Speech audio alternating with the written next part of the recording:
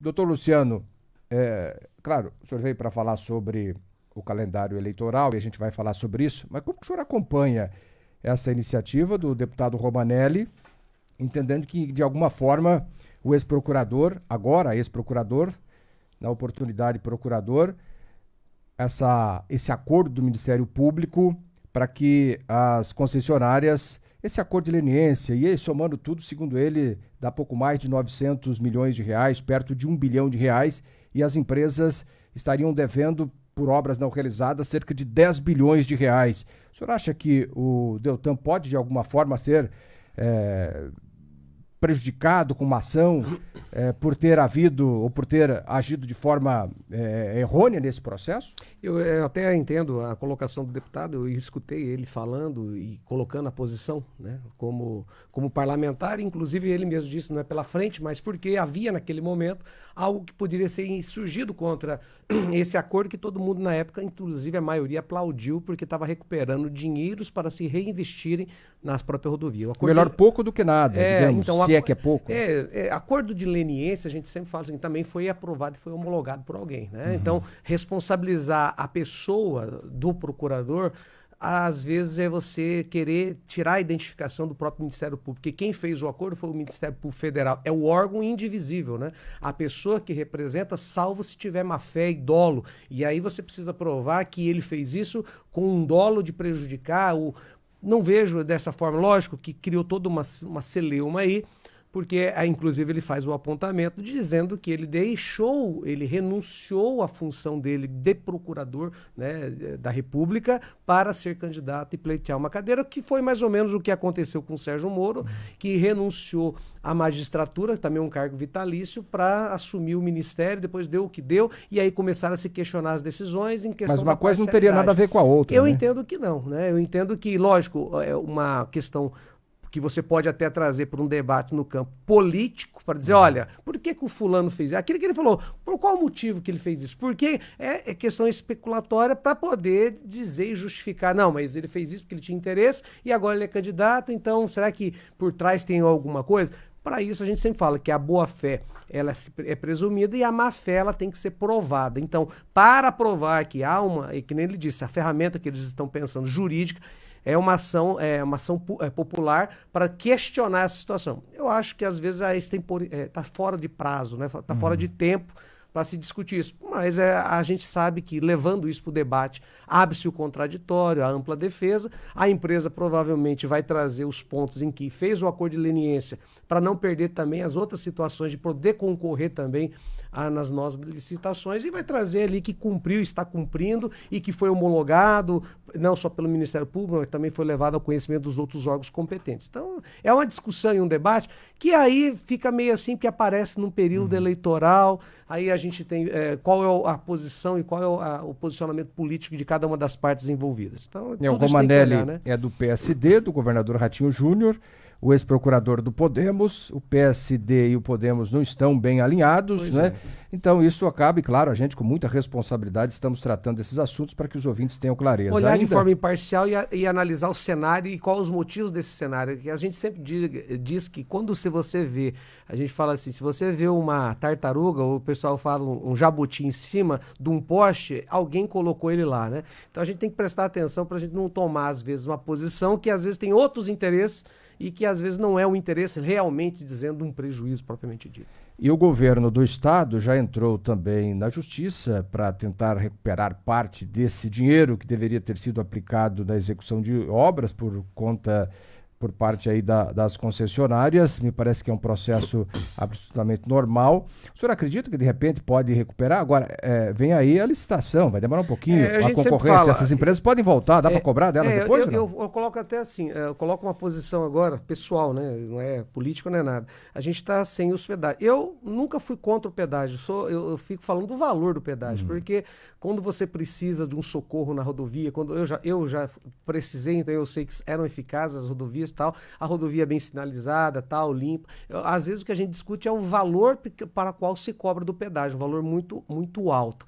Agora, o que eu fico mais, assim, poxa, a gente está discutindo isso há quantos anos, a frente parlamentar discutindo o pedágio, e aí termina-se e não tem uma licitação programada já, própria para assim que terminar, já fazer a licitação, um ano para preparar, vai ficar as praças, eu passei esses dias, as praças estão algumas depredadas, outras estão ficando com polícia militar com uma viatura lá para não haver, tirando o efetivo que já é baixo. Então, sabe essas coisas que ele fala, segue isso, qual que é o motivo? Para facilitar e aprovar, porque daqui a pouco começa a deteriorar essas rodovias, e aí a própria comunidade fala, tem que fazer logo essa licitação, e aí quem que participa? As mesmas empresas pelas quais 20 anos a gente ficou aí debatendo, discutindo isso, 30 anos, sei lá quantos anos foram, né? 24 anos discutindo, e aí as mesmas que vão participar da licitação. Porque fizeram acordo de leniência, cumpriram, e agora vão participar. Menor preço, menor tarifa, maior número de... Eu não sei como é que vai ser isso daí, né? O Cláudio mandando mensagem, será que tem propina nesse acordo de leniência? Eu não acredito, o senhor também não acredita, né? Aquilo que eu falei, esse bastidor aí, a gente não tem como tomar conhecimento disso. Quando você traz um debate dele, é complicado porque você joga uma dúvida na onde, olha, por que o cara renunciou? E por que ele vai ser candidato a deputado? Dando a entender que poderia haver alguma coisa, mas da onde? Porque aquilo que eu falo, a boa fé se presume, a má fé se prova.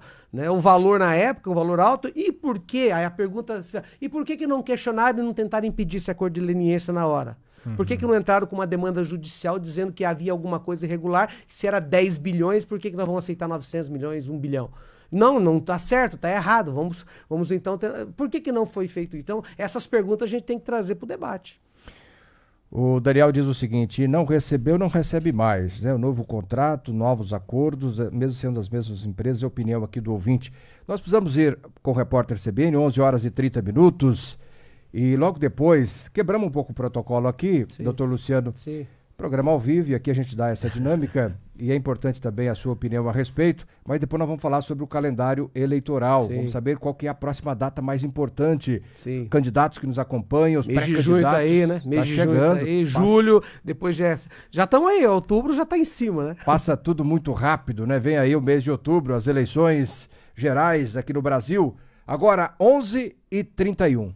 11 horas e 36 minutos, estamos de volta com o CBN Cascavel, primeira edição, hoje segunda-feira, 30 de maio. Retomando aqui com o advogado Luciano Catariuk, especialista em direito eleitoral, e o nosso calendário, ou o calendário eleitoral, como que está, quais são as datas mais importantes e quais são as orientações aos pré-candidatos, neste momento pré-candidatos, e também aos eleitores, doutor Luciano. Bom, primeiramente é importante dizer que uma das coisas mais importantes que aconteceu nos últimos 15 dias, nós estamos no final do mês de maio, mas no dia 15 de maio para cá, que foi a instituição daquela questão dos pré-candidatos e as pré-candidaturas, elas fazerem arrecadação prévia de recurso na modalidade de financiamento coletivo, né? Eles falam do crowdfunding, né? Mas que a gente chama de vaquinha online, né? Então, o pré-candidato, ele já, e como os partidos também, essa arrecadação prévia de recursos nessa modalidade. Aí você fala, poxa, mas o cara é pré-candidato, desde o dia 15 de maio para cá, o sujeito é pré-candidato, e se ele não for candidato, porque ele é pré-candidato, ele não pode pedir voto, ele pede apoio político, e ele faz também ali um levantamento de recursos para a sua campanha. Mas qual campanha? Quando ele for homologado pelas convenções partidárias. Tá, mas e se ele não conseguir ser candidato a deputado estadual, deputado federal, a senador, a governador, a presidente? O que acontece com esse dinheiro arrecadado? Vai para o partido político pelo qual ele está ali vinculado. Agora, no mês de junho, que a gente fala, são os 4 meses antes, praticamente, aí das eleições, nós temos poucas coisas de forma mais relevante para o conhecimento popular, né? Que a gente fala do cidadão comum. A maioria das coisas que acontecem são as relações entre justiça eleitoral e os partidos políticos, né? Principalmente os partidos também com a justiça. Por exemplo, a partir do dia 1º de junho, ou seja, daqui 2 dias, os partidos têm que comunicar ao Tribunal Superior Eleitoral a renúncia do Fundo Especial de Financiamento. Eu não quero dinheiro do Fundo do Financiamento, porque a gente vê muito partido político falando, e muito político falando, que é contra o financiamento público de campanha, porém, ele não abre mão desse financiamento. Então, ele tem até o dia 1º o partido político para abrir mão e comunicar ao TSE que ele não quer esse fundo partidário. E depois, logo em seguida, a partir do dia 5, os partidos receberão da Justiça Eleitoral uma certidão uma comunicação daqueles que não pagaram a multa e, portanto, não estão quites, os eleitores que não estão quites, uma média de quanto do eleitorado vai deixar também de votar por essa situação aí. Tem uma perguntinha aqui, doutor, antes do senhor seguir. O Darlan Silva, acompanhando a CBN, muito obrigado. Ulisses Goulart também. E o Milton diz o seguinte: gostaria de saber, é possível que alguém abra mão desse fundo? Doutor, acredita nisso? É possível? A pergunta que você me fala, é possível? Eu falo que é possível. Agora você fala, eles vão abrir mão? A possibilidade de abrir mão do fundo partidário, do próprio partido falar, não queremos, somos contra esse dinheiro público. É possível. Agora, os partidos farão isso? Uma das coisas que eu debati, inclusive estava comentando com você lá na Cassiopar, nós tivemos a oportunidade de dar uma palestra lá no sábado, né, para mais de 30 presidentes de associações comerciais do Oeste, e foram perguntadas várias coisas, inclusive sobre financiamento público de campanha, inclusive dessas novas modalidades, a questão eleitoral, e muitas das coisas que as pessoas perguntam é o seguinte, e vai mudar essa questão dessa sistemática do fundo eleitoral? Eu falei, a maior dificuldade que nós enfrentamos é que quem é beneficiado é que vota essas situações. E a reeleição? A reeleição, o fim da reeleição. Bom, o fim da reeleição, ele precisa passar por uma PEC, uma proposta de emenda constitucional que precisa ser votada por 3/5 dos membros e 2 vezes em cada uma das casas, Senado e Câmara. Quando que isso se vota rápido? Quando tem interesse de quem vota. Isso foi feito com o fundão lá em 2017, que rapidamente aprovaram um fundão de 1,7 bilhões de reais em 2018 que foi usado e hoje é 4,9 bilhões de reais. Só para você ter ideia, inclusive eu comentei com eles, o fundo eleitoral que vai ser usado nessa campanha, o Zé Roberto, só para você ter ideia, ele é 12 vezes maior, o recurso 12 vezes maior do que tudo que investiu em saneamento básico no Brasil, 12 vezes mais do que se investiu em saneamento básico, no programa de saneamento básico do governo federal. Por que eu estou dando um exemplo como esse? É para você entender o impacto que um saneamento básico faz numa cidade de interior e tal, na questão da prevenção de doenças. E esse dinheiro vai ser destinado para quê? Para a campanha eleitoral. Qual que é a motivação? Porque não tem mais financiamento de empresas. Empresas não financiam mais as campanhas eleitorais por causa da Lava Jato, que nós estávamos acabando de falar aqui. A empresa financia, depois ela vai lá buscar essa situação. Continuam os financiamentos, né, de campanha por pessoa física, até 10% da sua renda declarada. No que aconteceu? As pessoas começaram a esquentar dinheiro na campanha porque tinha que fazer a doação por pessoa física, Roberto. E aí começaram a pegar nome de pessoas, a CPF colocar como doação, e essas pessoas recebiam um programa do governo. Por exemplo, recebiam algum auxílio do governo e caíram numa malha fina, tiveram, além de ser processados, ainda tiveram que devolver o dinheiro. E aí essa questão que eu falei agora, que é o financiamento coletivo de campanha, que é as vaquinhas eletrônicas. Isso vai funcionar? Isso funciona muito em outros países.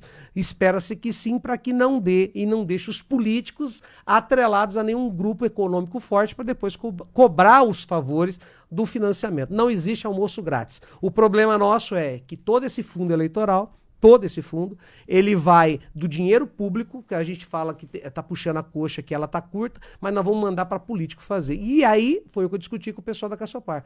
Os partidos políticos estão poderosíssimos por causa do dinheiro. Os caciques estão poderosos. Então a gente vê partidos grandes com um volume de dinheiro monstruoso que vão utilizar-se para se perpetuar no poder. Ou seja, aí a gente vê os feudos na política, né? Por que um deputado se reelege 7, 8, 9 vezes? Quando ele cansa, ele coloca o filho, coloca o genro, coloca a filha e assim por diante. Aí são as famílias que vão só trocando as figuras, mas são sempre as mesmas famílias no poder. Pra gente fechar, Jonas Soter tá mandando aqui um alô pro doutor Luciano. Grande amigo. Conhece, amigo? Gente boa demais a conta. Diz que é um dos melhores advogados do Oeste do Paraná. Obrigado, Jonas. Então tá explicado. Nós temos aqui...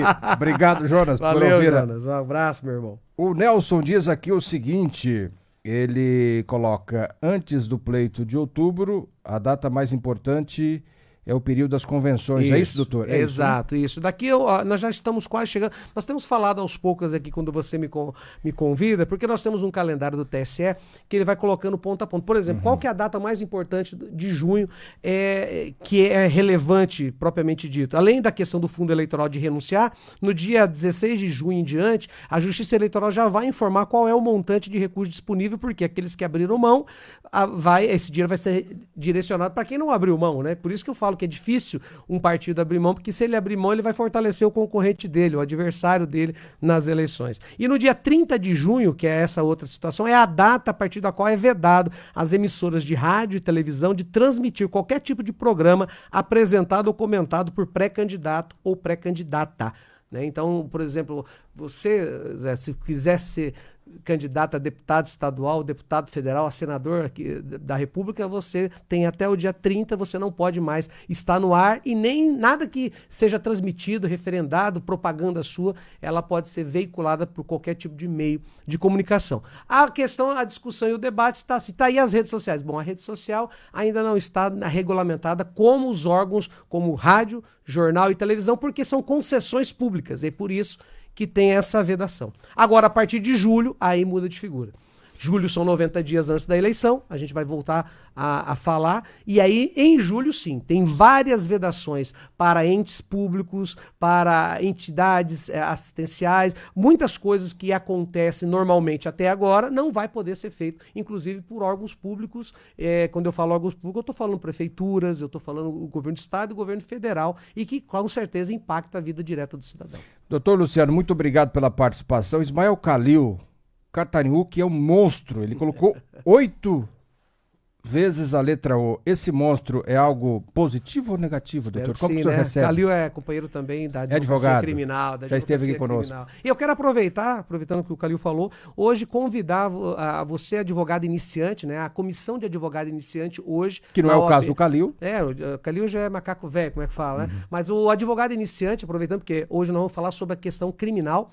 Então, hoje, às 18h30, na OAB, você que é advogado iniciante, você que é acadêmico do 4º, do 5º ano de Direito, você que já passou na OAB e ainda não terminou o curso também da OAB e queira aprender um pouco, debater, conversar, na realidade é mais um bate-papo comigo e com a doutora Ana Karine Turbay, que é a delegada do GDE sobre flagrante na prática, né?